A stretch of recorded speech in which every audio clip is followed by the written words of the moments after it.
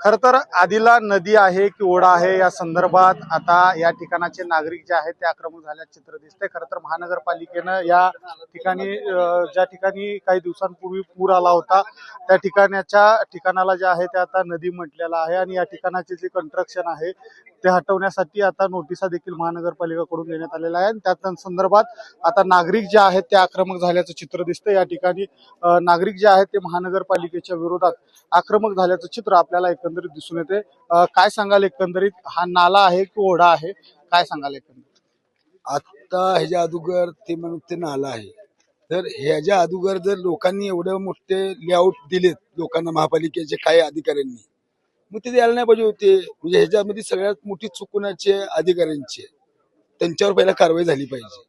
जर नदी पात्र जर असेल तर नदी पात्राची म्हणजे जुन्या नदी पात्राची असेल तर एवढं मोठं पात्र करायची काय गरज नाही।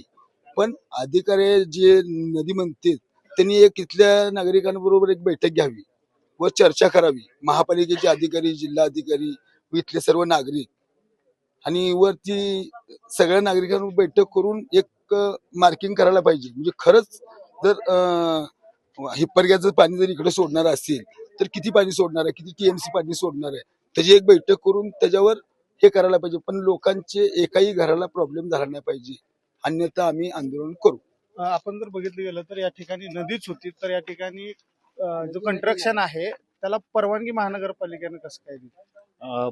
पहिली गोष्ट म्हणजे महापालिकेच्या रेकॉर्डवरती आजही आदिला नाला हाच उल्लेख आहे आणि तुम्ही जर सर्वे ऑफ इंडिया जी भारत सरकारची अधिकृत साईट आहे ज्याच्यामध्ये ह्या सगळ्या गोष्टीचा सर्वे करून रेकॉर्ड केलं जातं त्याच्यावर सुद्धा आदिला नाला हाच उल्लेख 3 ठिकाणी तुम्हाला दिसतो त्या एका मॅपमध्ये। त्यामुळे हा आदिला नालाच आहे, त्याचं खोलीकरण रुंदीकरण होणं गरजेचं आहे। ही नदी आणि नदीचं जे पात्र आहे त्याची क्षमता जी आहे पाण्याची ती तितकीशी नाहीये।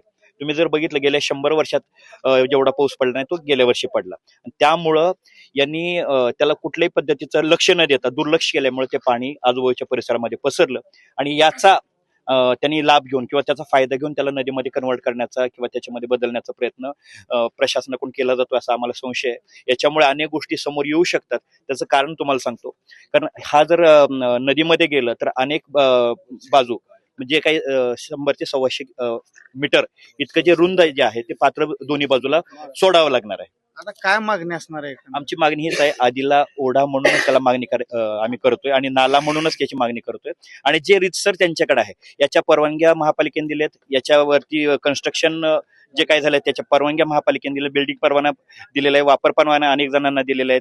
तर ह्या सगळ्या गोष्टी महापालिका स्वतः ज्याला अधिकृत म्हणून मान्यता केली त्याला स्वतःच अनधिकृत कसं म्हणू शकते ही त्यांनी त्यांची भूमिका स्पष्ट करावी असं मला वाटतं। नक्कीच आपण जर बघितलं गेलं तर महानगरपालिकेच्या जे आहे ते पर्यावरण प्रेमी देखील आक्रमक होताना चित्र दिसते। काय मागणी असणार आहे एकंदरीत, आता पर्याय काय असणार? आता आम्ही इथं 4 वर्ष राहतोय आणि प्रत्येक वेळेस पाणी येतं तिथं। मेन प्रॉब्लेम जो आहे तो महापालिकेला सॉल्व्ह करायचाच नाही आहे। मेन जो मुद्दा आहे तो खोलीकरण करायचा, ते खोलीकरण केलेलं जात नाही। 4 फुटापर्यंत सुद्धा खोलीकरण केलेलं नाही आणि त्यामुळेच हे पाणी इकडे पसरतंय आणि प्रत्येक वेळी त्यांनी येऊन रुंदीकरण करतात। रुंदीकरण केल्यामुळे काय होतं, पाणी पसरतं आणि ते पाणी सगळं वसाहतीमध्ये जातं।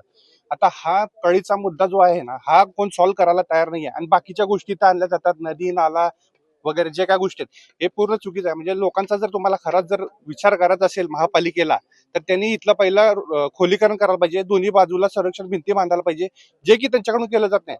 गेली 4 वर्ष हाच प्रॉब्लेम आहे, पाणी येतं तो तेवढा पुरतं तेवढं त्यांनी हे केल्यासारखं दाखवतात, गाळ काढल्यासारखं दाखवतात, पण गाळ सुद्धा काढताना ते फक्त नदी जे काय ओढा आहे त्याचं पात्र वाढवत आहेत, रुंदीकरण कधीच केलेलं नाहीये त्यांनी। आता सुद्धा जे येतात पोकलेन जे कोण येऊन करतात ना ते फक्त तेवढा पुरतं ते दाखवण्यासाठी काम करतात। एवढं तुम्हाला जर निधी मिळत असेल ना 99 कोटी वगैरे तर त्याचं तुम्ही काम सुद्धा केलेलं दिसत नाही इथं आणि नागरिकांना याचा प्रॉब्लेम आहे, ह्याबद्दल कोणी बोलत नाही। नदी नाला हे फक्त म्हणजे काय म्हणतात ते भांडण लावण्याचा विषय आहे, त्याच्या म्हणजे लोकांमध्ये भांडण लावायचं पर्यावरण कुणालाच तसं हे नाही आहे। तुम्ही जर व्यवस्थित गाळ काढला, खोलीकरण केलं, इथं तुम्हाला पाणी दिसणार नाहीये। इथं पाणी जे दिसतंय ना त्यामुळे दिसतं की इथं खोलीकरण केलेलं नाही आणि व्यवस्थित साफ केलेलं नाहीये।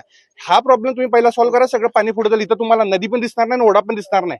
आता हे पाणी तर थांबलेलं आहे, पाणी ते त्यामुळे थांबलेलं आहे की व्यवस्थित खोलीकरण केलेलं नाहीये। नक्कीच आपण जर बघितलं गेलं तर संपूर्ण या ठिकाणाचे नागरिक जे आहेत ते सोलापूर प्रशासनाच्या विरोधात जे आहे ते आक्रमक झाल्याचे चित्र आपल्याला एकंदरीत दिसून येत आहे. अनिकेत गायकवाड, पुढारी न्यूज, सोलापूर.